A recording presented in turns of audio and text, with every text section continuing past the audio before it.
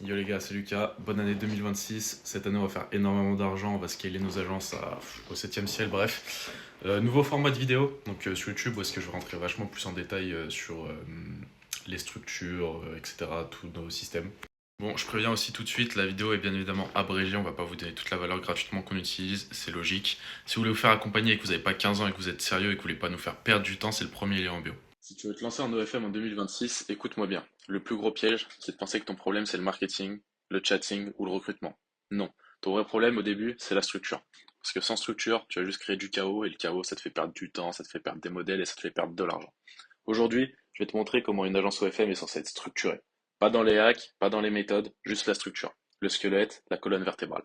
Et si tu as ça, derrière, tu peux onboard une modèle proprement et tu peux construire un truc durable. Petite chose, reste jusqu'à la fin de la vidéo parce que je vais te laisser un cadeau concret. Un document que tu pourras dupliquer pour poser ta structure d'agence proprement. C'est simple, mais si tu l'appliques, ça te fait gagner des semaines. Bon, petite précision, je parle de gestion d'agence et de process. Tout ce qui est fait doit être légal avec des créatrices majeures et consentantes et dans le respect des règles des plateformes, évidemment. Dire un truc que beaucoup ne disent pas ou n'assument pas sur les réseaux. Au tout début, lorsque j'ai commencé l'OFM, déjà de un, je connaissais rien du tout. J'y suis allé, voilà, full improviste. Je me suis dit, allez, je vais me faire mes premiers sous, mes premiers cash flow. Ça n'a absolument pas marché. Pourquoi ça n'a pas marché? Eh bien, c'est assez simple, comme j'ai dit, j'étais à l'improviste, je n'avais pas de structure d'agence. Et ça donne quoi quand tu fais au feeling? Tu notes des trucs sur ton téléphone, tu as des infos dans Telegram, des infos dans WhatsApp, des infos dans Notion, mais rien n'est relié. Tu changes d'idée tous les 3 jours, tu onboardes une modèle, tu n'as pas de checklist, tu recrutes quelqu'un, tu n'as pas de formation. Résultat, tout le monde te pose des questions tout le temps. Tu passes tes journées à éteindre des incendies. Et surtout, le pire, tu ne sais même pas si ça marche ou si ça marche pas parce que bah, tu ne traques rien. Donc le chaos, concrètement, c'est ça. Et quand tu commences comme ça, tu peux faire du chiffre aller peut-être parfois, mais tu ne peux pas scaler. La phrase que mon mentor m'a dit, qui m'a marqué, c'est tu peux pas scaler quelque chose que tu ne contrôles pas. Et qu'est-ce qui me manquait? Qu'est-ce qui me manquait en fait pour que bah, justement je puisse contrôler le scaling? C'était la structure. Une agence FM, c'est pas juste des gens qui bossent sur une modèle. C'est une entreprise avec des départements. La structure minimum, c'est un blueprint global qui décrit comment l'agence fonctionne et un blueprint par département. Les départements de base sont le recrutement, le marketing et le chatting. Aujourd'hui, je te donne la structure. Les méthodes détaillées, ça sera dans des vidéos dédiées évidemment. Le blueprint global, c'est ton GPS. C'est le document qui répond à qui fait quoi, comment on travaille, comment on valide, comment on mesure et comment on améliore.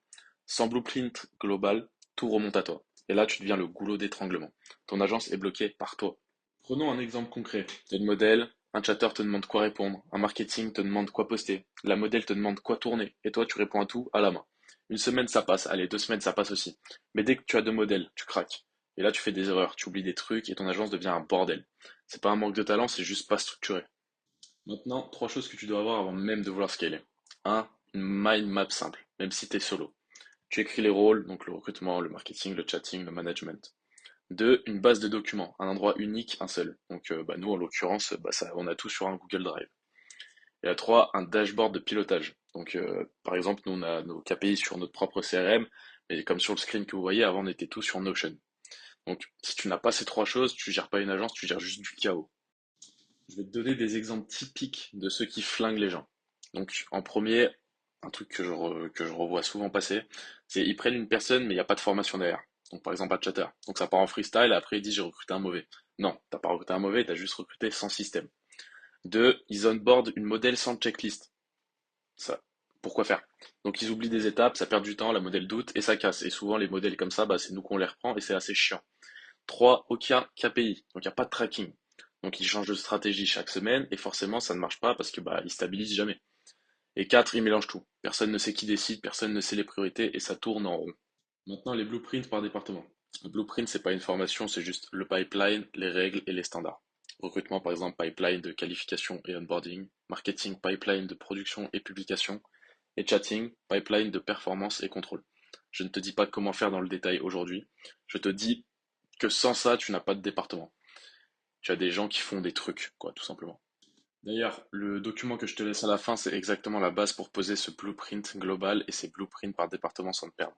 Un truc que j'ai remarqué et que presque personne ne fait bien, c'est le contrôle qualité. Quand tu bosses avec des humains, il te faut des standards, une checklist, des validations et des reviews. Sinon, tu construis sur du sable. Et je te le dis, tu ne peux pas laisser les gens apprendre sur le tas, sur des rôles clés. Tu dois avoir une formation interne, une évaluation, puis une période de test. Pas besoin d'entrer dans les détails aujourd'hui, juste retiens, sans QA, tu vas payer cher. Donc au final, la structure d'une agence, elle se résume en 4 piliers. Un, des rôles clairs. 2, des documents clairs. 3, des standards clairs. Et 4, des pilotages clairs. Il y a un mot qui revient tout le temps, c'est faut être clair. C'est une certitude. Si tu as ces 4 piliers, tu peux onboard du modèle proprement et scaler. Si tu ne les as pas, tout dépend de toi et tu restes bloqué. Prenons l'exemple classique. Il y a un mec qui vient me voir et qui me dit: Lucas, j'ai signé le modèle, je fais quelques milliers par mois, mais je sais pas pourquoi ça stagne. Je regarde et je vois aucun document, aucun planning, aucun reporting. Tout est dans les DM. Il change de stratégie tout le temps. Donc forcément, ça stagne. Pas parce que l'OFM ça marche pas, loin de là, évidemment, mais parce qu'il n'a pas une entreprise, il a juste une improvisation. Donc, si tu veux te lancer en 2026, voilà ce que tu fais dès aujourd'hui. Tu écris ton blueprint global, tu poses les 3 départements, tu écris les rôles, tu crées un dossier SOP et tu crées 5 checklists minimum. Onboarding model, planning contenu, contrôle qualité, reporting hebdo, gestion des accès. Et tu fais un dashboard simple, les chiffres clés de la semaine. C'est la base. Ça te transforme d'un mec qui veut faire de l'OFM en quelqu'un qui construit une agence. Bon, comme promis, comme je l'ai dit au début, je te laisse un cadeau. Dans la description, tu retrouveras un lien pour récupérer un document que tu peux dupliquer dans ton agence. Dedans, tu as une structure prête à remplir, donc ton blueprint global, tes rôles, tes SOP, tes checklists et un mini dashboard de pilotage. Si tu souhaites aller beaucoup plus loin que ça et te faire accompagner, c'est le premier lien en description. Tu pourras remplir un formulaire, ça va te prendre 2 minutes. Évidemment, que des personnes sérieuses et qui n'ont pas 15 ans, évidemment. Bon, en attendant, dans la prochaine vidéo, on se retrouvera pour comment recruter votre premier modèle en 2026 de A à Z.